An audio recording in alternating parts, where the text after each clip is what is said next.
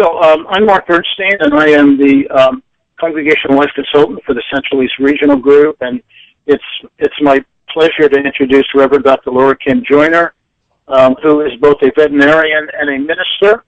Using this background, along with being a certified trainer in nonviolent communication, LoraKim serves as a Unitarian Universalist community minister in multi-species ministry and compassionate communication.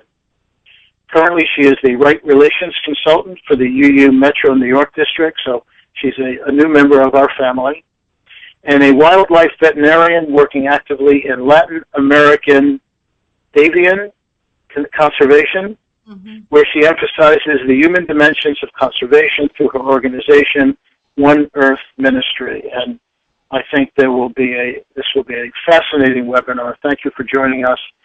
And it's all yours, LoraKim. Okay, that's great. Hey, everybody. It's glad to be here and glad to have you all on. It is an interactive webinar, so I really want to encourage you all to just chat away over on the left-hand side in the meeting chat. You all, even though I'm talking, you all just talk away and enjoy that and give examples. And also it's interactive for voice too. So unmute yourself or Mark will call on you with the flag. So that's how I'd like to have us get together for the evening. And for the evening, that's a long list there. And basically what we're going to do is we're just going to go at a speed that fits the group with our sharing and learning. And we'll just get as far as we do. The first few exercises are the most important for what I wanted to do anyway. And if we have lots of leftover information, we'll just schedule a second one for people to join. So if you look at the flow of what we're doing, it's really, after we do the check-in, it starts with empathy for ourselves, for the jackals within us. And that's a huge piece of this work that I've come to know, is paying a lot of attention to ourselves and self-awareness so we can be present to others. And so after we go through that part of the webinar, we're going to move into, well, okay, now that we're cool and we're all compassionate and loving ourselves, how can we bring that to help our congregations and our congregational conflicts and relationships? And then we'll end with some more practices of how we can nurture the whole organization, not just ourselves and one-on-one, but other people as well. And okay, so I'm going to pause there. And please, if you have any questions or any comments, please go ahead. And I see that Tony was saying that's the premise, that people are stupid. Well, actually, thank you for leading into that. We're going to jump into that right away about how sometimes that inner chatter is thinking that I'm stupid or they're stupid or the human species is stupid. And so how do we interact with that chatter? And I'd like to begin with a chalice lighting. And you all could just be your virtual chalice. I'm not actually lighting one, so that you are the light within. And we give thanks and gratitude for our shared time together, the shared light. Even though you can't see each other, we're connected. And this is a poem from Rumi. Out beyond ideas of wrongdoing and right doing, there's a field. I'll meet you there. When the soul lies down in that grass, the world is too full to talk about. Ideas, language, even the phrase each other does not make any sense. So Rumi's talking about going beyond ideas of wrongdoing and right doing. And in my experience as a Unitarian Universalist minister, I served in parishes for over 10 years. And also my work as a wildlife veterinarian, the fundamental piece that comes in and grabs us and surprises us with our organizational dynamics and our reality is defaulting into a mode of being fairly critical and judgmental of our own kind. And it's not as simple as are we good or bad. I think most of us would realize that we're a mix of behavioral traits that both harm and benefit others. But it's this general faith statement? Do we feel that humans are part of the beautiful whole? Or do we feel that somehow we are more culpable and therefore more blameworthy and we can be more violent towards one another? And for me, in my own practice, it really refers to what the first principle is, the inherent worth and dignity of all beings. That takes practice for me to undo the cultural wiring and the hard wiring that really chooses to judge others and perhaps to harm them in thought, word, or deed because my needs aren't being met. And so I embrace compassionate communication as a means to really, really embody that the people that I am in relationship with and myself have inherent worth and dignity, even though we're perhaps harming one another and having messy relationships. I'm just going to take a break and look over at the chat. Right. I see, Tim commenting on some ideas are good and some ideas are bad. This is just an introductory course. There's a lot of depth to this, but basically what I would respond to that in holding that all beings have inherent worth and dignity, it doesn't mean that we throw out discernment and judgment about what causes harm and doesn't cause harm. This is not about being nice. It's about being honest and sharing that harm has happened and what can we all do together to reconcile that harm. So it's very much discerning values and ideas and practices. And just let me know if that didn't answer your question. And if you want to speak, just raise your flag and we'll make sure you have a chance if I can explain that better. And in the meantime, what I would really enjoy doing is to have a check-in and a centering time of who's in the room. And so let's just take a minute of silence. And we're just going to go ahead and start practicing right away. Think about how you are feeling during this time. And then I'll ring the bell. And then just have a chance after the minute up is to say your name and your congregation and how you are feeling with one word.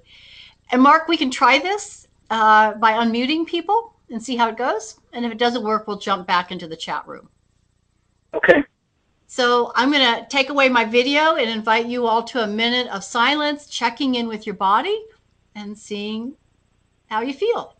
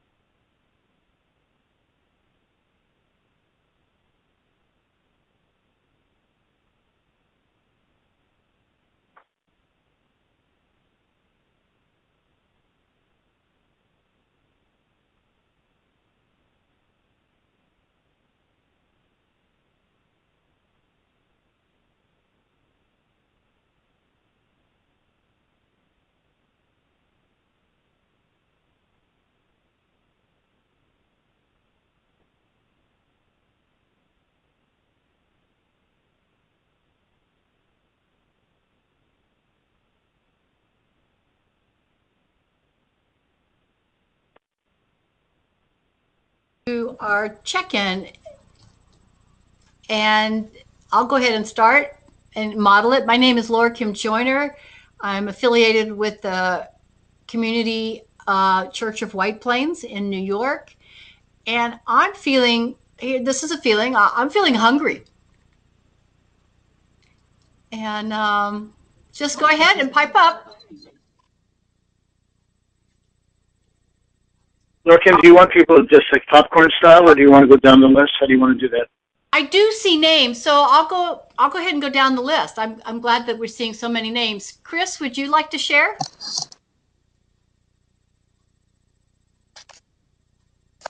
Everyone is unmuted now. Okay, maybe Diane then? Hi, can you hear me? So my name is Diane Haas, and I'm with the Quimper Unitarian Universalist Fellowship in Port Townsend, Washington State. So it's 4 o'clock here, and I am curious to learn more about nonviolent communication in this webinar. Okay, Gay?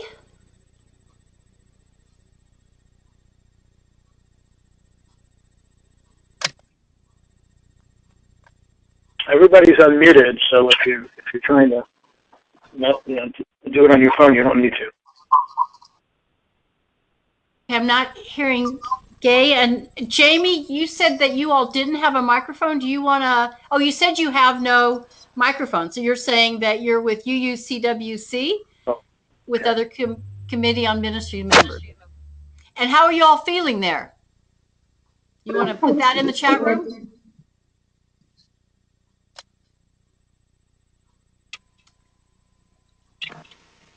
Okay. And Jamie, please let everyone know. As we watch. Jamie, please type in what UUCWC is, so for people who don't know. I already did that. We want to know what UUCWC is. Oh. I think we're hearing you all. We can hear you. Okay, and Tim Zebo, you're feeling interested? All right, and UCCR is from Reston and from Washington Crossing. Well, welcome everybody. How about Lori? Would you like to introduce yourself? Yeah, my name is Lori. I'm a Sinclair, and I am the Director of Congregational Life in Des Moines, Iowa. And I am very excited to hear this. I've had a few technical difficulties. My setup didn't go as smoothly as possible, and I'm responsible for Wednesday night dinners, and I've got 100 people eating dinner in the other room and people coming in and waving at me and things. So I'm hoping I can stay focused and attuned to the conversation. And if I disappear suddenly, it may mean the kitchen's on fire. So, and Lori, what is one word you would use to summarize those feelings? I'm hopeful. I'm hopeful that I get to stay with you. Nancy?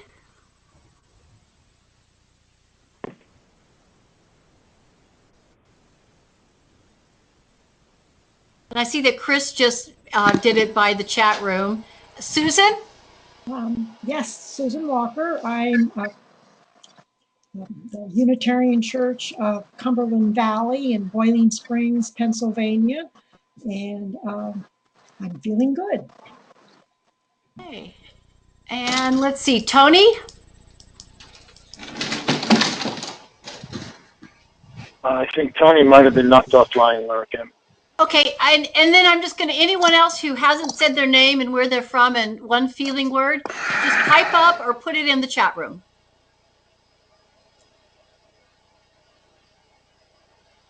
Nancy K. Put on the chat room. I guess you couldn't hear me. I'm with the UU Church of Nashua in New Hampshire, and I'm feeling anxious. Yeah. And there's Gay. There we go. And please know, all of you all, that on any of the exercises, you can pass. You know, it's just an invitation to be a part of this. Anybody else left that would like to introduce themselves or have one feeling word about how they're feeling? Yeah, this is Mark. Yes. And my home congregation is the UU Church of Delaware County in Media, Pennsylvania. And I'm just tense because that's what this role and this technology does to me. So I'm with Nancy, although maybe for different reasons. Well, and let me thank you, Mark, for being on and setting this up and helping us do this, and everyone else who is on with us tonight. Well, let's just go and yes. I'm sorry to interrupt. Gay has her flag up, and I don't know if she.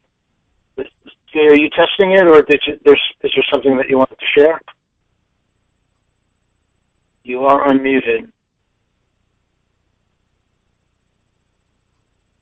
I guess not. Yeah, I see that you're with 10 members, Gay. That's just terrific. I love to see that. One thing before we begin on the empathy piece that we're going to start with is just a little bit of witnessing here about this practice. I've been doing it for over 10 years. It started pretty much at the response of 2003 when this country, the U.S., had intentions and did go into Iraq. I really wanted to do something to try to diminish the violence that was within me. At least I could do that much. So I've been doing it about 10 years. And I have to tell you, as far as I can tell, it has really, really helped my ability to be present and joyful in congregational work and in some very important relationships in my life with my spouse and with my siblings.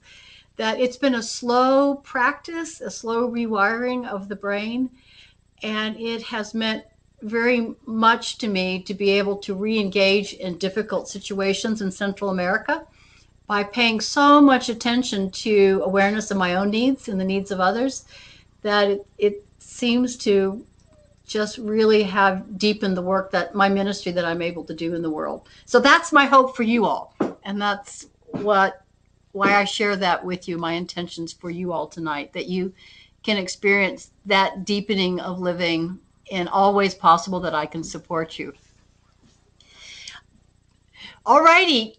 A huge piece of the work of being self-aware and aware with others is to really have an idea what's going on in our bodies. Sometimes this is called focus work. And because so much is subconscious in our inner chatter, it doesn't even rise up to the frontal cortex. It's all this undercurrent about what our body's telling us what we need and don't need. And we're getting subconscious clues from other people and other animals around us. And so if we can really, really listen to our body, we may have a greater sense of what our needs are in the moment and what's going on for us. So what I'd like to invite us to do is a very short guided meditation. And I would invite you at home to do this over a period of 5 minutes and just really spend time going through all levels of your body about how are you feeling. So I'm going to invite you to get comfortable and relax. Nobody can see you, so go prone if you'd like to, and just kind of be checking out your body as we go through this. And I'm going to go ahead and take my video off now.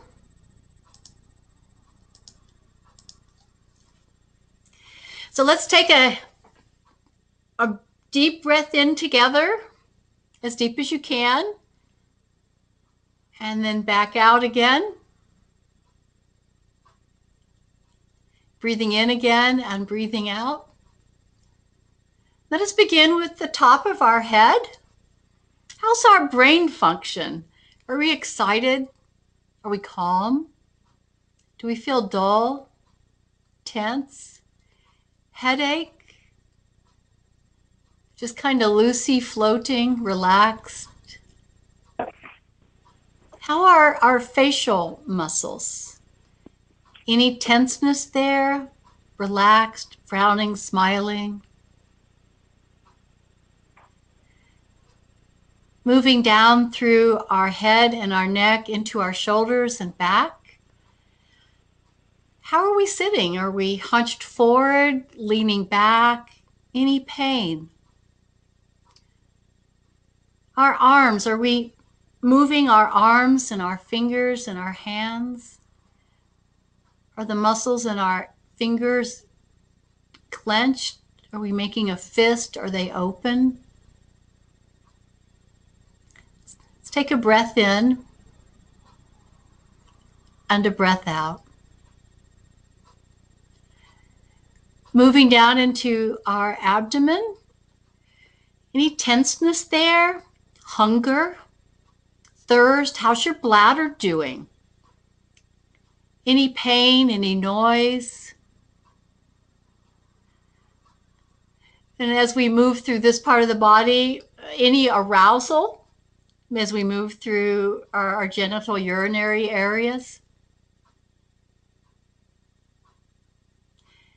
And then moving down into lower part of our body and our legs. Any pain there? Any tenseness? Movement? Muscle soreness? Flowing well with the world because you just had a walk? And how are your feet doing? So let us breathe in and out a few times and just kind of do a general survey. What is your body telling you about how you are feeling?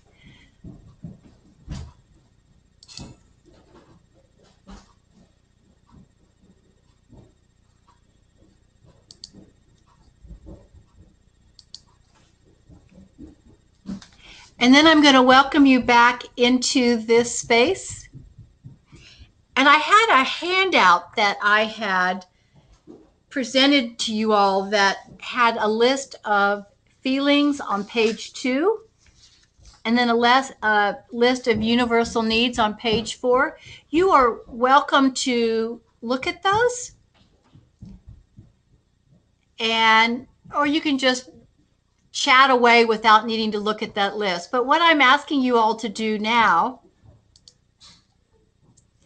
is, now that you've surveyed your body, what feelings are in your body? Maybe they're the same ones as you mentioned earlier. And then what I'd like to invite you to do is what are the feelings telling you about the needs that you have being met or not met? And we call these universal needs. They're the needs that all humans have, and indeed we share with many other species. But our body's telling us, it's the way we sense things to move towards or away from pleasure or pain. So what's your body telling you? What are some of your met needs or unmet needs? And we'll just do this in the chat room. And just chat away, and everybody look over there. And those of you who are many per one room, just take turns writing them out. And if you want to talk, then raise your flag and we'll let you share, or if you have a question. So let me just go ahead and invite you. And my feeling word is hunger. And the need there is nourishment. And so let me invite you all to go to the chat room.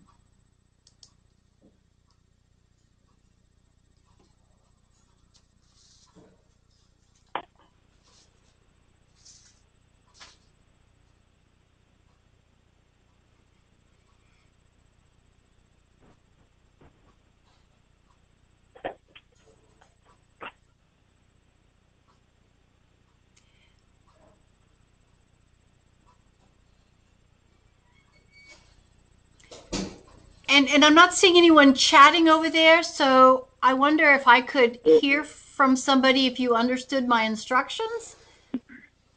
Well, Lori said that she feels overwhelmed. Okay, and I'm not seeing that. And I wonder if, Lori, if you would want to attribute that to a need that's not being met.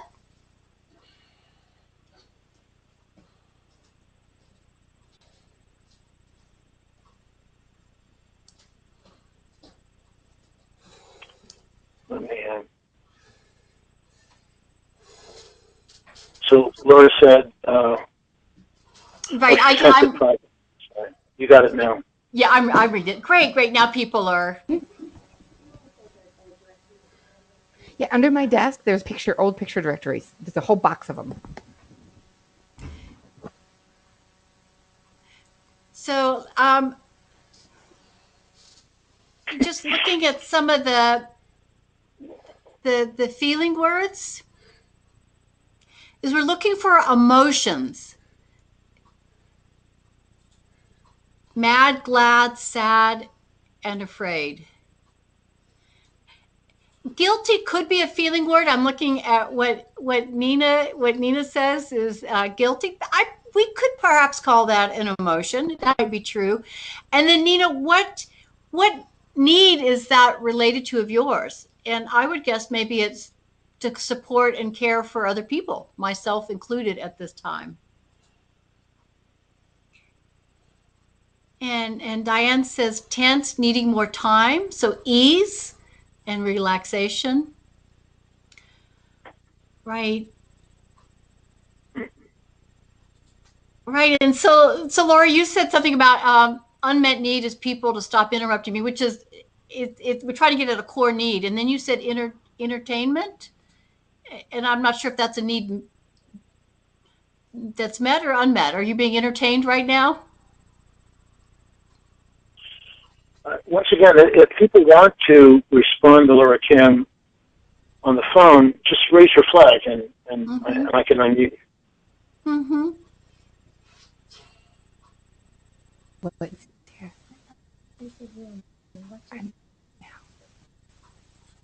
Right. Right. I just think Kimberly's is really interesting. Feeling anxious, unmet need is that maybe I need validation that I'm on the right track.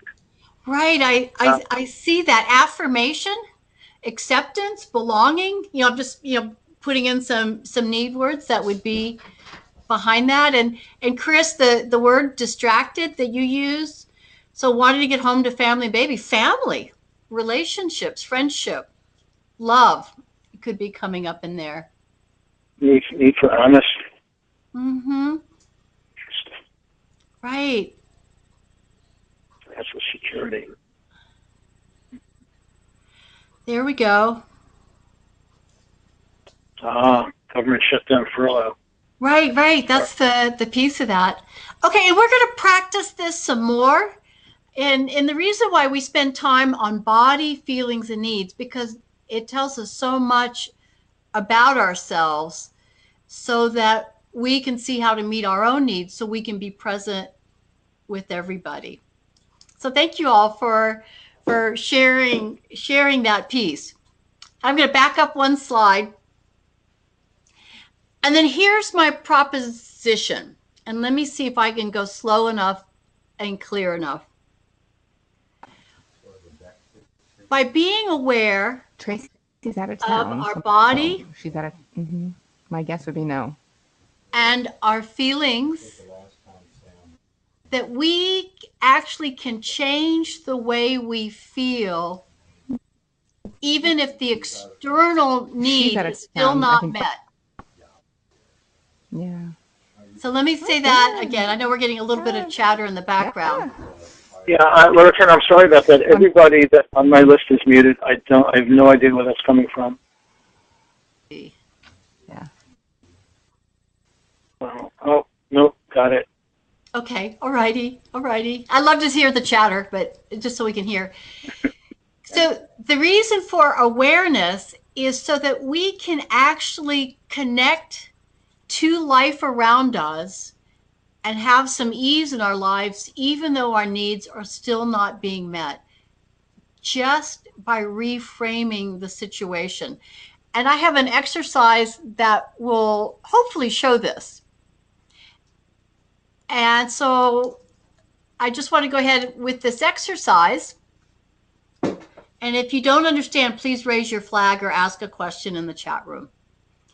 So what I'd like to invite each of you all to do is to write a sentence about a situation where you experienced emotional discomfort or an emotional reaction, irritation, anger, sadness, and where you had a negative judgment about someone else. And if you can actually take a moment to write this will be really helpful. You can think about it in your head, but if you could write it out, that might be helpful. And you can do it with a church situation if you'd like, but you don't have to. So write one sentence about where you experienced discomfort and go ahead and write the judgment down. And so I'll just use the government furlough as an example. It says, when the government furlough wasn't fixed, I'm so angry at those imbeciles who don't know how to run the country. Okay, and you're not going to share this with anybody. So go ahead and let your judgment mind rip. Just write one sentence. And please let me know if you don't understand or you need more time. And I'll just turn off my video and let you guys work on that. And you can chat with one another too, if you'd like. Those of you who are sharing space with one another.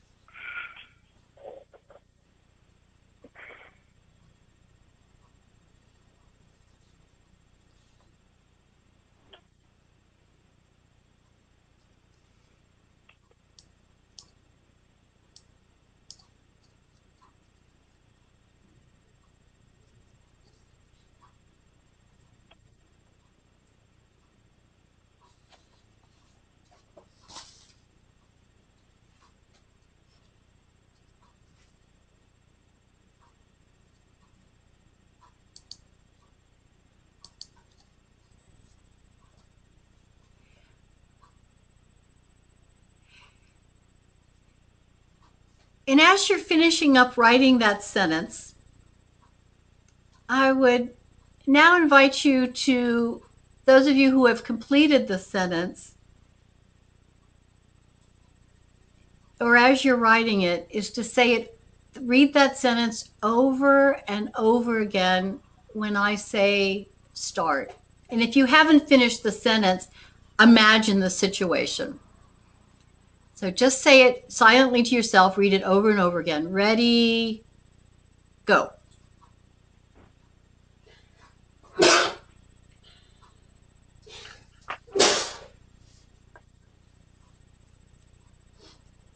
Okay, stop. Alrighty, what I'd like to ask now is, what was your body doing when you were reading that sentence to yourself? What was your posture? What were you feeling? What was going on inside of your body when you read that sentence over and over again? And write in the chat room or raise a flag or unmute yourself and let's share what was going on in your body.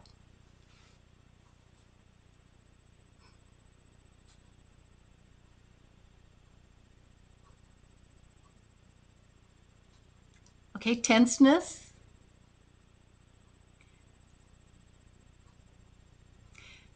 Closed in. And some people experience that closed in body, shoulders and neck tensing up, right?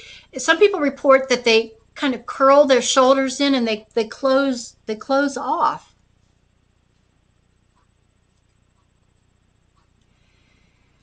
What did your breathing do during that time when you were reading the sentence? What was going on there?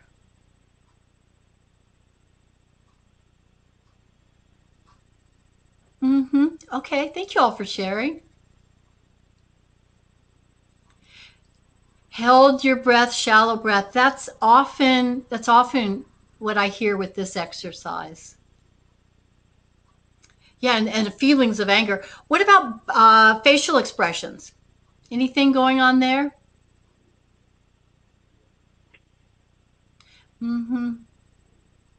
Frowning, eyebrows down, maybe pursing your lips. Okay, alrighty. Stern look, alrighty.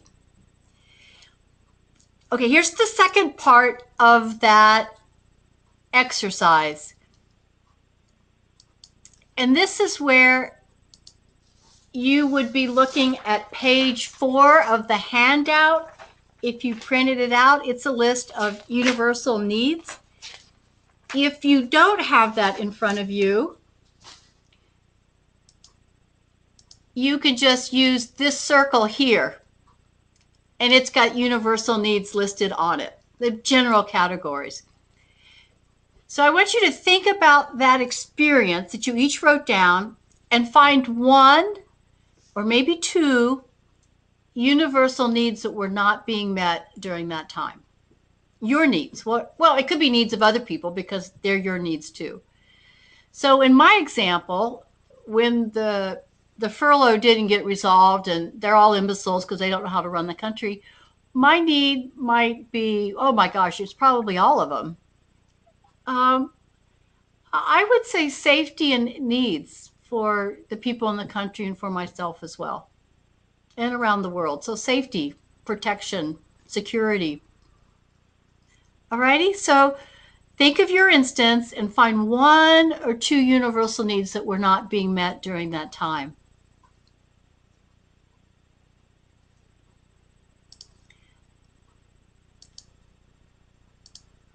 And then I want to invite you to write a new sentence.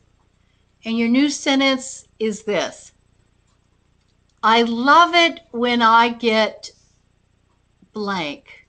Or I really enjoy when I receive blank, or when I get this. And if you don't like the word love, just say, I really enjoy it when.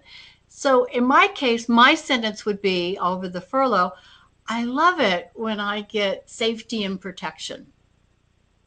That's my new sentence. So I'm going to invite each of you all to write a sentence. And I think, Mark, that was you with the example, justice and fairness. I love it when I get justice and fairness, or when I experience justice and fairness?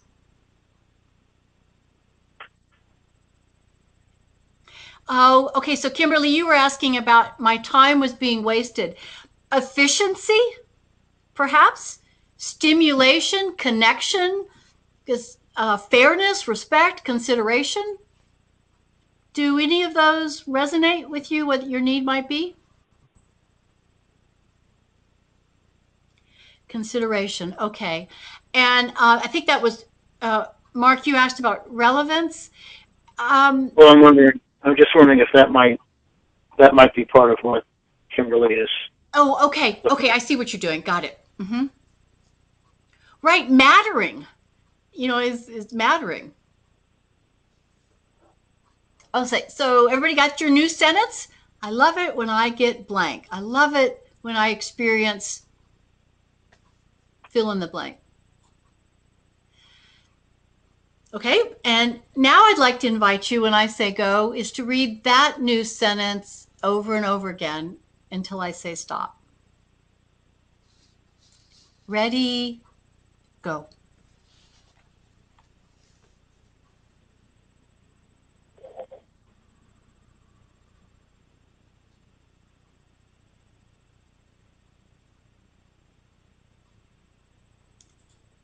Okay, stop.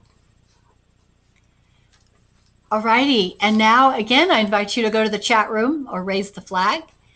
And those of you who'd like to share with each other, what was going on in your body this time? What was your body doing, especially in relationship to the first sentence?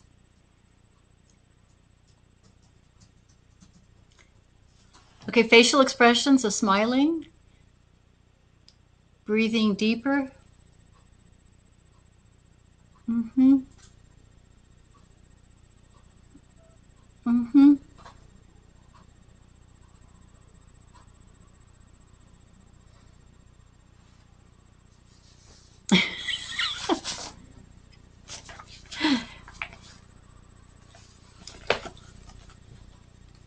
Okay, the responses that I see over in the chat are within the bell curve. You may not have felt those things. You might have just had a different experience. But the general group of people, that's what they're saying. And what did you learn from that? I mean, I have some things I'll lift up out of that exercise, but maybe you'd like to just make some points about what that shows you, about that, what that exercise showed you, or reaffirmed or helped you remember.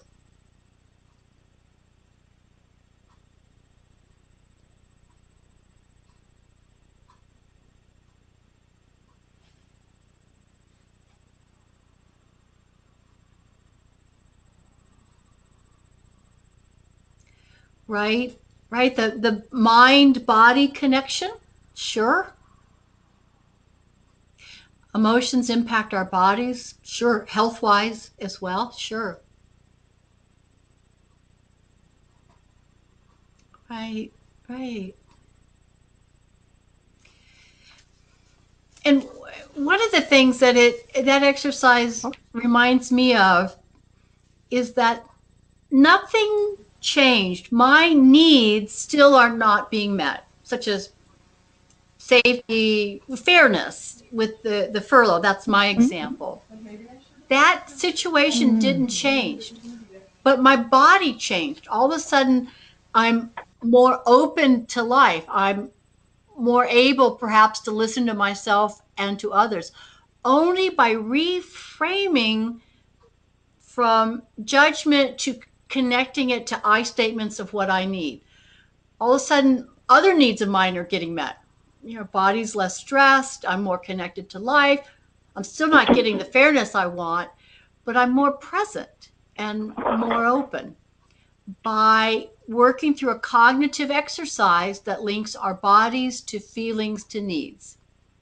And that's what one of the main take-home lessons for that is in working with other people is to translate what's going on to us in needs into a positive statement, and it helps connect us to life and be more open to others. So any comments? Any further comments or questions on that exercise?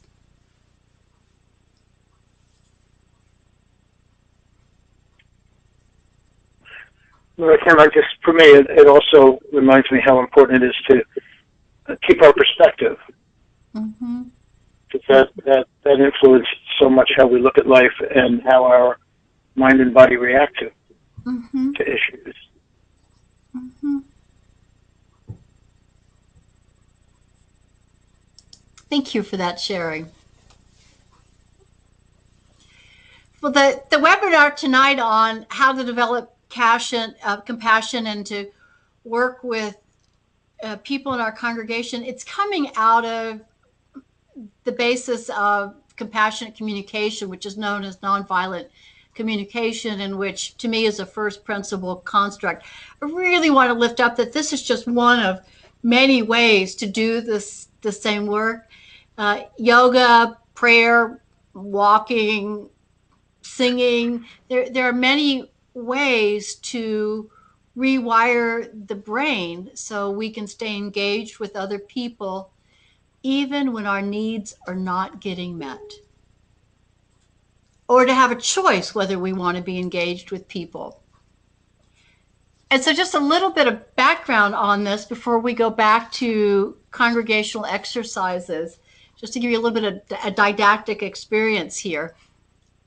And there's a lot of this information on the web. And if you look at the last page of the handout I gave you, tons of resources. So just a little bit. Oh, you know, one thing that would be really nice, if you all could raise your flag if you have heard of nonviolent communication before or have used it. So raise your flag if this is somewhat of a review for you or you've heard of it before.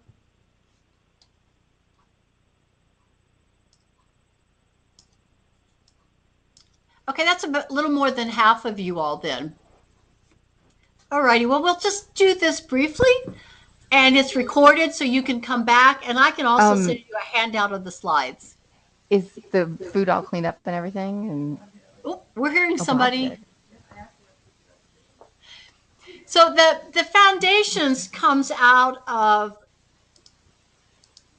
Marshall Rosenberg, who began this over about 45 years ago. And a lot of his work was based on Gandhi. And it's really about being the peace that we wish to be in the world. How can we wire our brains so we can be peaceful or have a choice to be peaceful with others in the world?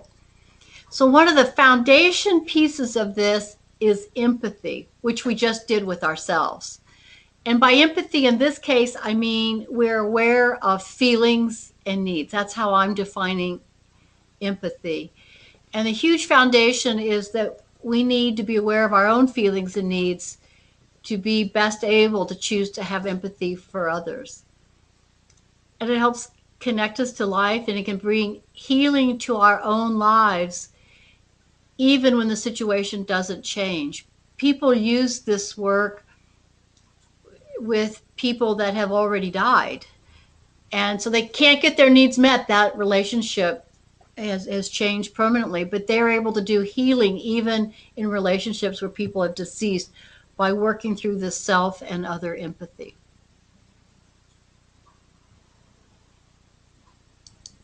And just chat away, and if you want to chat with one another as I'm talking. The other really big piece is honesty. We talked about that earlier, that this isn't about being nice. This is about, risky honesty, about being able to say how needs are being met and not being met. And it's helping us all face reality and to be able to confess to each other when we've been disappointed and hurt, or when we feel disappointment and hurt. And it's just about really holding fast to the truth. And it's the way to use the first principle to really intensify our love with one another.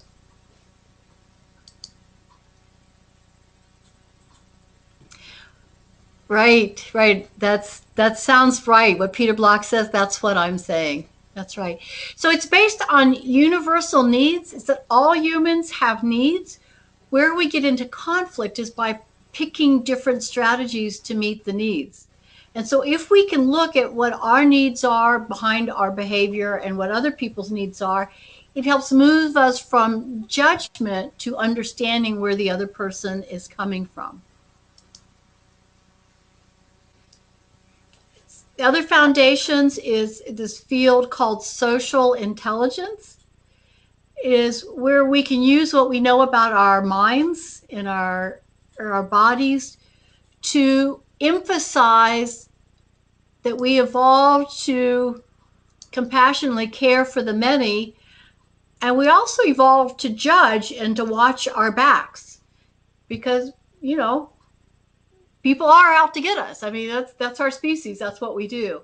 And so we want to develop our social intelligence so we can choose when to use this side of our wiring to really grow those pathways, because in our society we tend to emphasize this part of ourselves, of blaming other people and either harming them or harming the relationship.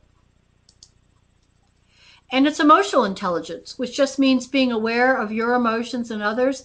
And studies have been done about this, that if, especially in medical situations, that people who have emotional intelligence and use it are better able to give greater care in trickier situations. And to me, that sums up congregational life a lot. Sometimes things get pretty messy in there. And if we're tracking emotions, we're able to care for ourselves and others, perhaps with greater ability and choice. And finally, we come to choice. This isn't about doing compassionate communication right or doing congregational life right. It's just really about, well, what do I want to do in this moment? Do I want to be judging someone else? Do I want to be angry right now? It's about giving the possibility of choice. So there's more ways to be in the world other than right or wrong. And all of a sudden, if we can connect to our needs, the choices aren't just, right or wrong, that there are many options to choose from to serve life and have life nourish us. And the final piece here on the foundations is, it's actually liberation, where we have a choice to not be constrained by our emotions. We're not constrained by either do it this way, my way, or your way, such as perhaps in the furlough, that there are choices when we really look at the needs of the people involved. And so, as Mick Jagger would say, you may not get what you want, but you might find you get what you need. In that exercise that we did, where the situation didn't change, you still have those unmet needs, but you're connecting to life and awareness and nurturing yourself with empathy. And that's a way of meeting really deep needs that you do have control over, versus the many needs where you don't have control. And please, if you have any questions or any comments, please do let me know. So what does this have to do with the jackal and the giraffe? This is about loving the jackals within and without. Well, the jackal is the metaphor. They're a wonderful animal, but it's a metaphor for the yip, yip, yip, yapping that we do on our inner dialogue, and often out loud, where we're putting blame on the other person for our needs not being met. Instead of saying, I love it when my need for this is met, or I'm sad because my need for this was not met, is to put it into language like that, instead of saying, it's your fault that my need is not getting met, which tends to distance relationships and cause conflict. And we compare that to the other voice that's talking inside of us, is the giraffe, where we translate into feelings and needs. And it's reframing into what needs of mine were met and not met. And when we talk and think like that, we have emotional resonance with other people, a greater chance for that, and it's very connecting for our relationships. And the really take-home piece for this is, we're always judging ourselves and others. That voice is not going to go away. It's what we evolved to do. And so my invitation is for you to love that voice. Because when you're really harassed with somebody or yourself or whoever it is, that voice is telling you a need that's really important to you. And it's helping you come up with the energy to find a strategy to meet that need. Because the evaluation tells you how you want to live. And so I really want to say, don't try to shut down the jackal voice. Go with it. And then you have a choice whether to continue using that jackal voice or not. Oh, I see your comment, Tony, about why the giraffe metaphor. The giraffe metaphor is originally used because giraffes have one of the biggest hearts of all land mammals. And the stretch metaphor works too. They also have the biggest eyes of all land mammals, so they're really looking and being aware and taking in what's going on around them.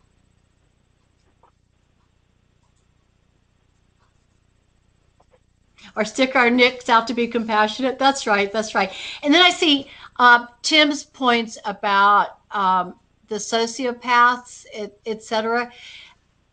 Again, this is compassionate communication is about a choice, about how you want to interact with people.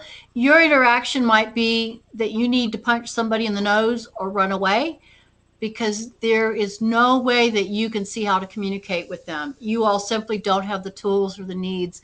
Maybe someone has dementia. Maybe someone is with substance abuse and addiction and cannot interact and cannot work with you on the level of your needs or their needs. So you have a choice. It's not about having to interact and be nice to or have empathy with everybody. It's about having a choice about doing that or not. Okay, so any other comments or questions before we get into this exercise?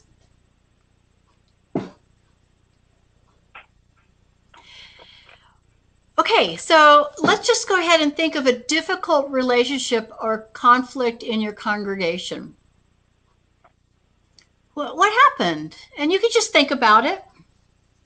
You don't have to write it down, just what happened. It's sort of like our earlier exercise. Okay, so what happened? Maybe you might say, well, maybe somebody would like to share in the chat room what your example would be.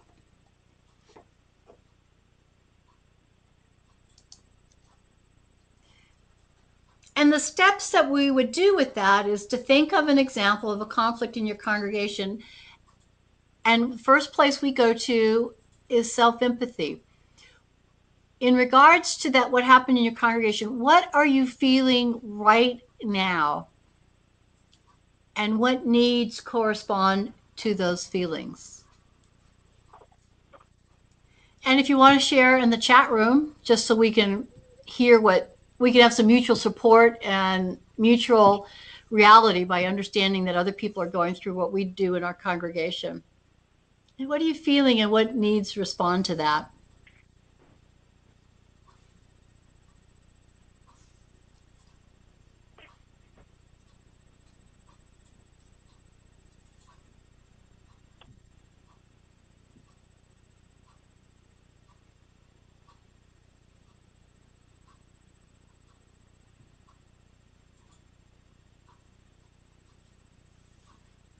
So my example might be the board meeting that was 4 hours long.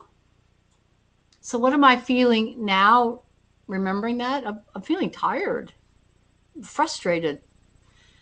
And what needs correspond to that? Efficiency and consideration.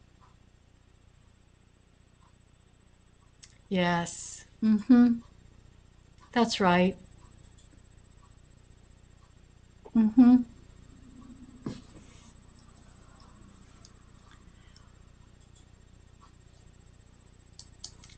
And then the next step is to continue with the self-empathy talk, is that when you identify feelings and needs, to say this to yourself or to write it out.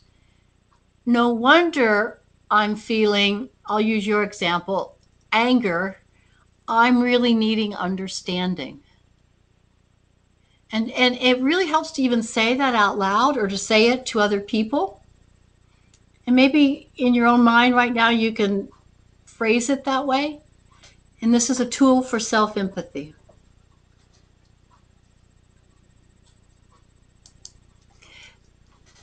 Then the next step that helps us be present to our feelings and needs is to say these sentences, that I am responsible for my feelings of anger and frustration because I need understanding.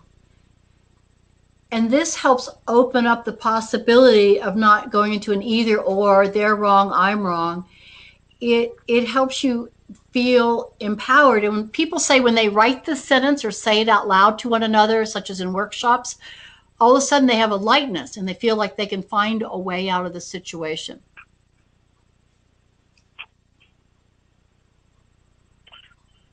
LoraKim? Yes. This is Mark. Can I ask a question? Mm-hmm. This is really interesting stuff.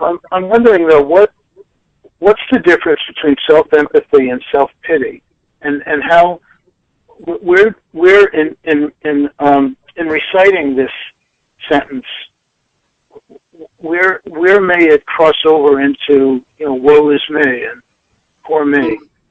Okay. Does that make sense? Mm-hmm. And one thing I want to say is that it may depend on the individual person. What are they feeling inside? Is the awareness of feelings and needs giving them a sense of choice and healing, or does it seem to have a downward emotional body feel and it's restricting their choices or helping them feel like a victim? And so I would say I don't know where that line is for other people. And did you understand that? Yes, I did. Yeah. Okay, and the other piece is I want to lift up the possibility that we could use the word self-pity as a judgment. My spouse just sent me a note and saying pity is a judgment. And I said, well, I was getting there to say that. Is that is a sense of judgment. And so why do we have that judgment in our society? Why would we choose to judge people based on that? And so it's like I don't use the word selfish either. It's a judgment word. I use the word self-full. We're trying to meet needs in our life, and there's nothing wrong with having needs. We have feelings and needs. And so I want to lift up the invitation to drop the word self-pity and just experiment with not using it and connecting with feelings and needs and see if it gives you more choice. If it doesn't give you more choice, then don't do self-empathy. Don't do these exercises because it's not working for you. Is that? Thank you. Yeah, absolutely. And I want to draw your attention to Tim's question on the chat box. Oh, right, Tim. Okay, so we have many parts to our brains and bodies, and the feelings we could have identify 10 in there, right? And then 30 needs on top of that. So for doing these exercises and training our brains, etc., pick the feeling that you want to work on at that moment or that seems like the stronger one and work with the needs that come off of those feelings. And so maybe 2 feeling words that are similar. You get to choose how much do you want to work on in one time. So you're feeling squashed and angry. They may relate to the same needs. And if they're relating to different needs, take a couple minutes to work with one feeling and the needs behind that, and then switch to other feelings and needs. Or maybe spend a week working on certain feelings and needs and then switch to work on the others. Was that helpful, Tim? Were you able to get that?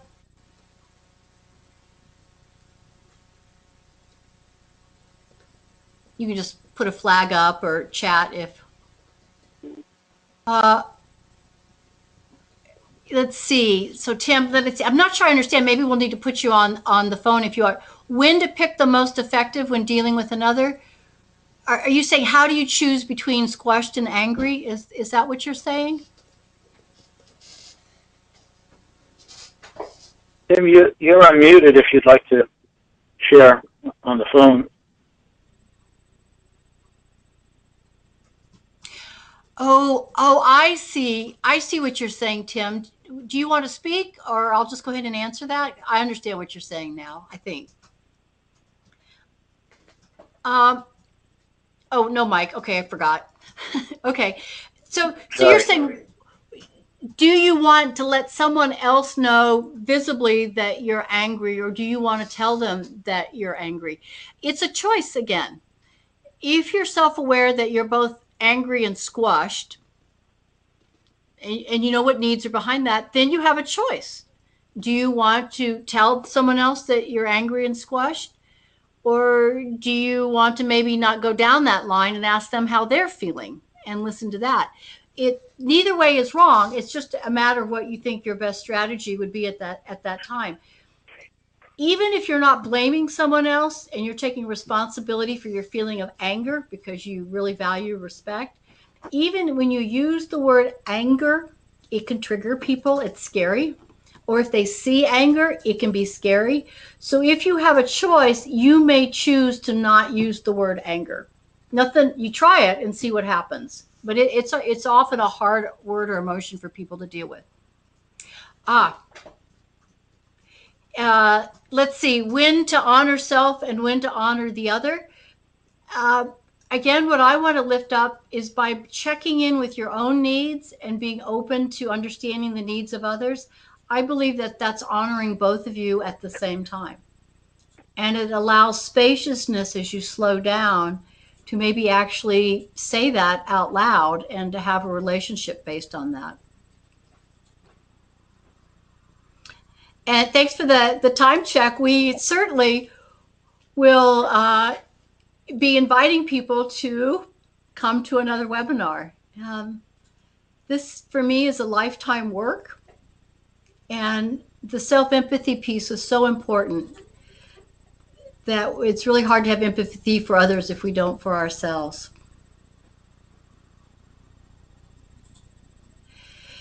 What this piece is, I think it'll be the last piece we do tonight, is what about conflict in congregations? Okay, Committee on Ministries, that's what many of you all are coming from. You're dealing with conflict and helping people work with that.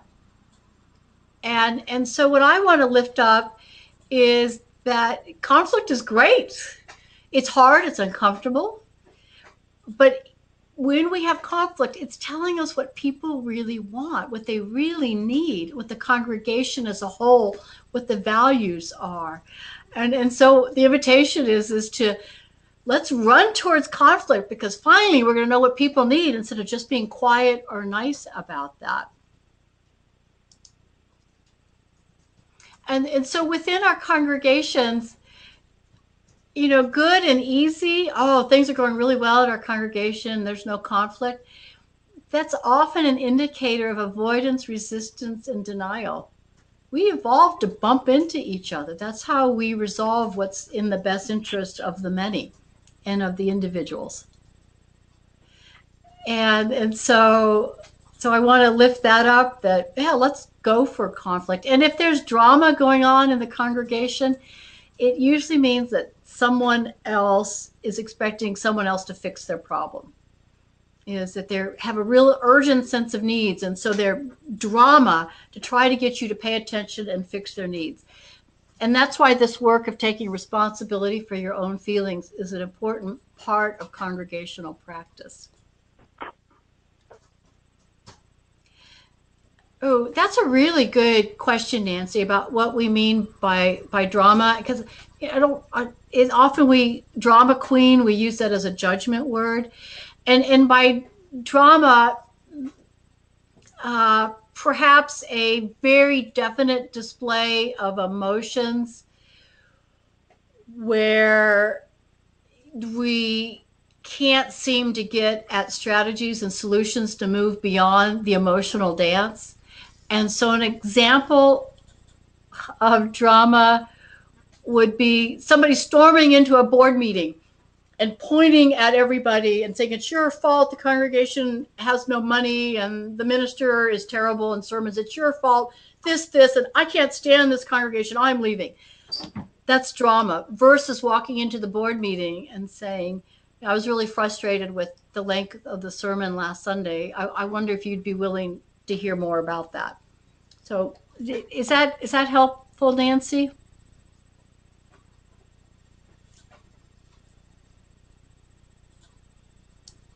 Okay, great. So in conflict in our congregations, they communicate our dream. It's what we want. And one problem that we get into, one challenge we get into with conflicts in a congregation is we tend to blame the congregation, or we blame the board, or we blame the human species. And conflicts are with specific people, the board president, the minister, the person snoring during the worship service. If we blame a group of people, then we have little choices to figure out the strategy to fix it. How do we get the whole board to do something? But go directly to the person and express feelings and needs and work through it.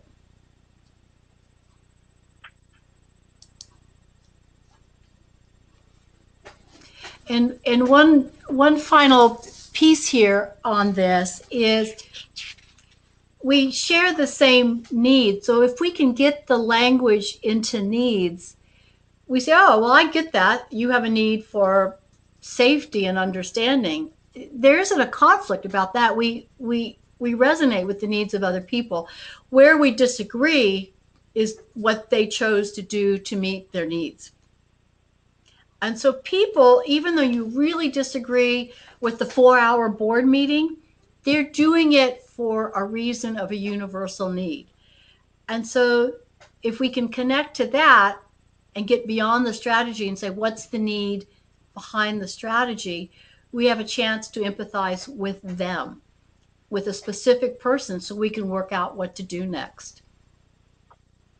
And so no matter what people do, even though it may be uncomfortable and you need to not be around it, their strategies are a need they're trying to meet. That's life trying to come through them. They're just picking strategies that are harmful and devastating at times.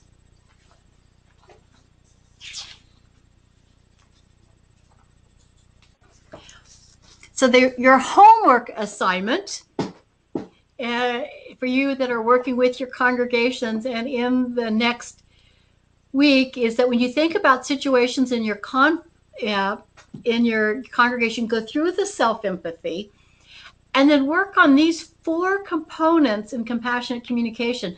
You may not want to talk to people like this, but it's a spiritual exercise to work through this before you have the chance to go talk to somebody. And these are the 4 components. I'm just going to whiz through them. Observation. Going back as you all go think about that conflict in the congregation you all thought of about 20 minutes ago, is to put it in terms of observation, to speak like a reporter and not a judge. Very specifically what happened. The board meeting lasted 4 hours. That's the observation. Then we put it into the feeling words, which we've practiced. And the basic components are, let's see, mad, glad, sad, and afraid. And if you wanted to rhyme, you could say bad over there. Then we put it to needs, universal needs. In this situation, Homer does not need a car. That's a strategy. The car is a strategy. What's the need behind Homer needing a car or driving a car? Anybody, can you think about what need does the strategy of a car feel? Freedom. Ooh, I like that. That feels good. Family. Fun. Okay, right. So let's think of a congregational situation, putting it into the 4 components of nonviolent communication. And this is maybe what your exercise would look like. First is observation.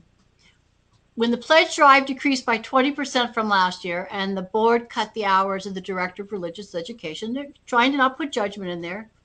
I feel because I value or I need the well-being of others. And that's what we're looking for, is to translate it into observations, feelings, and needs. And so what are you going to go talk to the board about? That 4-hour board meeting or cutting the hours of the direct? How do we, okay, now this is what you came for. You want to know how to talk to other people. Well, I just want to say that the inner work comes first, that we work it out with ourselves, that, you know, what am I feeling and needing, and spend time connecting to that. And then before talking to other people, or rapidly, if you're in the same room, is what are they feeling and needing? What needs, desires, and values do you all have in common? And then I say repeat until you're able to see the worth and dignity of yourself and other people, and you're able to let go of the strategies. Now, I say repeat until you're able to do that. That's really hard to do. I have worked on issues for a year. My mother had dementia and was angry and somewhat violent to the grown children. And so I had a lot to work on of how to see beyond judgment for herself or for myself or my siblings. And so it was a year's project to be able to hold her with more love as well as myself. And so when I say repeat is necessary, it's a choice to keep working on it, but you may have to do actions and talk to people before you actually hold them and in high esteem. It may not be possible. So I just want to lift up how hard this work can be.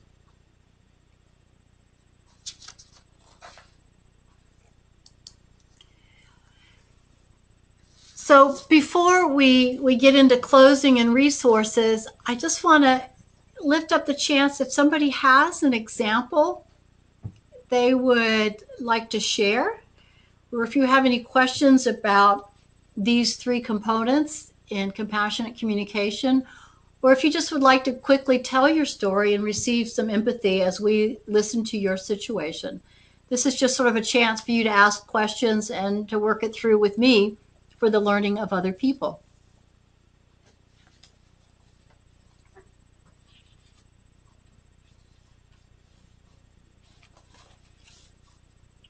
And you could just put in the chat room maybe what your example was and what feelings and needs are behind your example.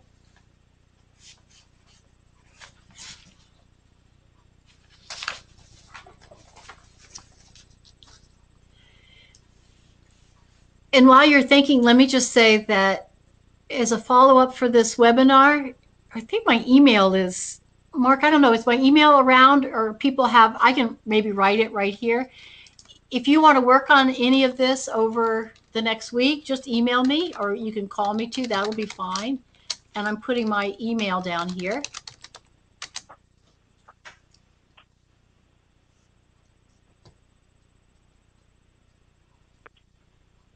So any examples or comments on what we've worked on so far?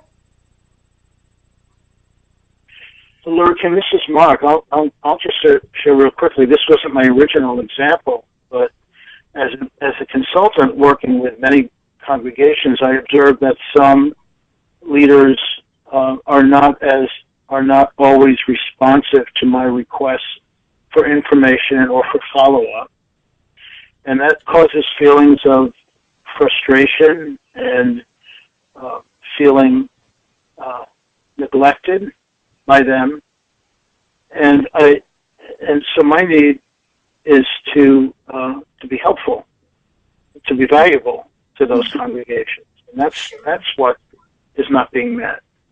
Sure, to matter and to contribute and to nurture other people. That's just you really value those needs, and you're frustrated and probably irritated that they don't respond to the emails within a week's time or whatever that is. Did I sum that up right? Yeah, absolutely. Right, and I So wonder. let that be a lesson to you congregations out there that I work with. Very sneaky, you worked that in. Mark, may I comment on one of the words you used for feelings, how I might use a different word? Are you open to that, to any coaching? Yeah, of course. Okay, thank you for that. Just to help other folks here learn, you used the word neglected as a feeling. I try to work with feeling words that are emotion words. The neglected word is, especially if you say it out loud, it's signifying that they did something to you. They neglected you. And that can be difficult working with empowerment for your own empathy, especially if you tell them, because it comes off as a blame word. So I try to move away from those words that aren't true feelings. And the neglected word, because that means somebody did something to you. I might say, I'm feeling sad. I'm feeling lonely. I'm feeling disconnection. And frame it in that way. And I invite you to play with that and see if that changes how your body feels and how you react. That's a great observation. I appreciate that. Sure. Thanks for being open to the sharing. And on page, I think it's page 3 of the handout, there's a whole list of words that express thoughts instead of feelings. And I think neglected is on there. So there's a whole list there of words that we try to move away from.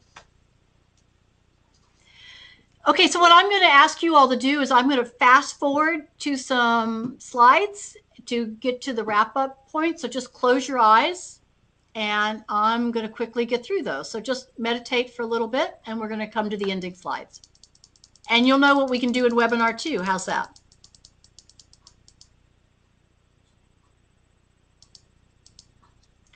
So so you can open your eyes now. For next steps, let's consider another webinar or 30 more webinars for my time here in this regional group. Also, I want to lift up, there's a lot of resources, and congregations do practice groups within their congregation. You can email me and we can talk more about that. I gave you a resource list in the back of the handout, so there's tons of online resources. And many of those are specifically Unitarian Universalists that were made for our folks. So in review is just really want to lift up empathy and honesty. And I want to do the invitation for you to continue doing this work with one another, with other consultants, and with myself, especially in terms of nonviolent communication and right relationships and conflict and committee on ministries. I would love to be working with people closely, because to me, it's a lifelong practice to rewire the brain and the heart. And so if you're interested in being on a team that deepens in this work and could be available to other congregations, or just wants to meet regularly with me, that's to me is what the work requires. And I'm collecting people and our congregations that would like to deepen in their practice for this. Alrighty, so we're 3 minutes away from closing. So what I'd like to offer folks to do, everybody can put it into the chat room, is to just check out. And if you want to do it in person, that's more than welcome. This is your chance to share, to have empathy, give me feedback. Any learnings, aha moments, any gratitudes, any mornings, any needs not met or met. This is your chance to share away.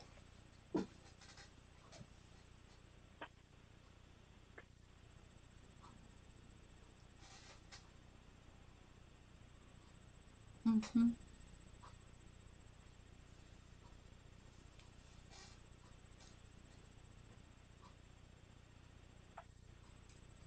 Okay, great. To connect with NVC. Oh, reframing your approach to challenges. Boy, that's great. I'd love to hear that. Enlightening. Okay, sending an email. Thank you for following me up on that. I like Mark, I really enjoy supporting others, so that's wonderful.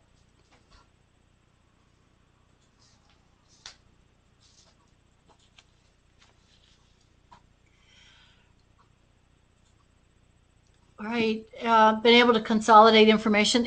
It's a lot. I want to reach out there and share everything and hug everybody, and I'm glad if some of it got through.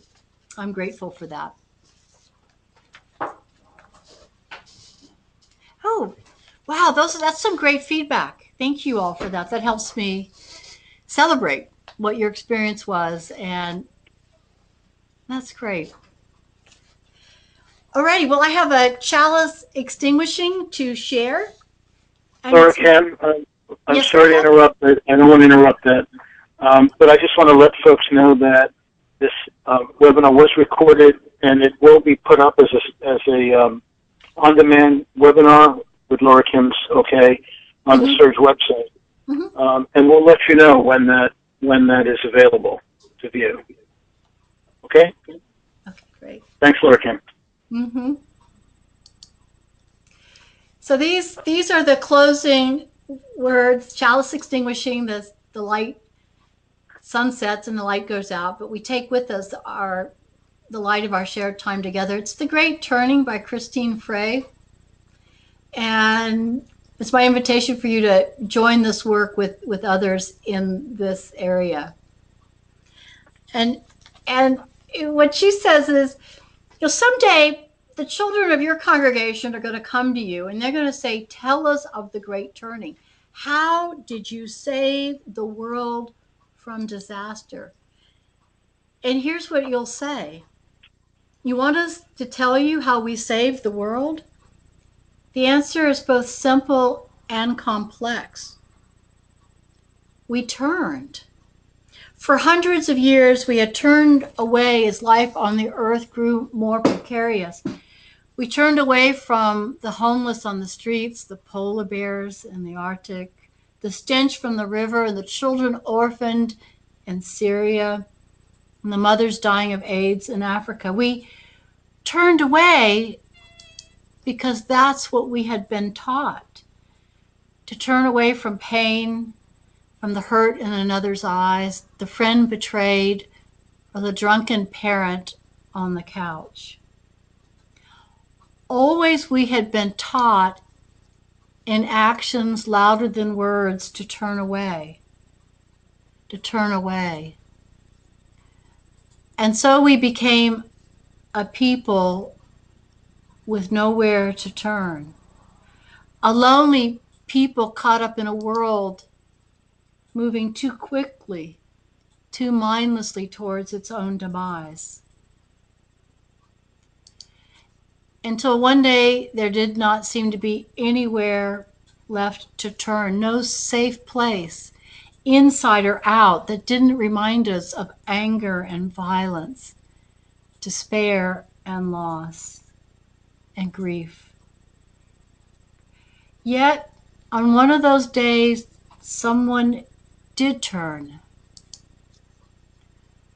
to face the pain, turn to face the stranger,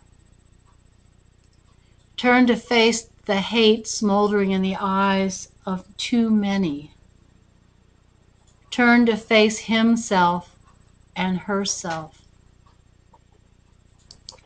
And then another turned, and another turned, and they took each other's hands and they wept.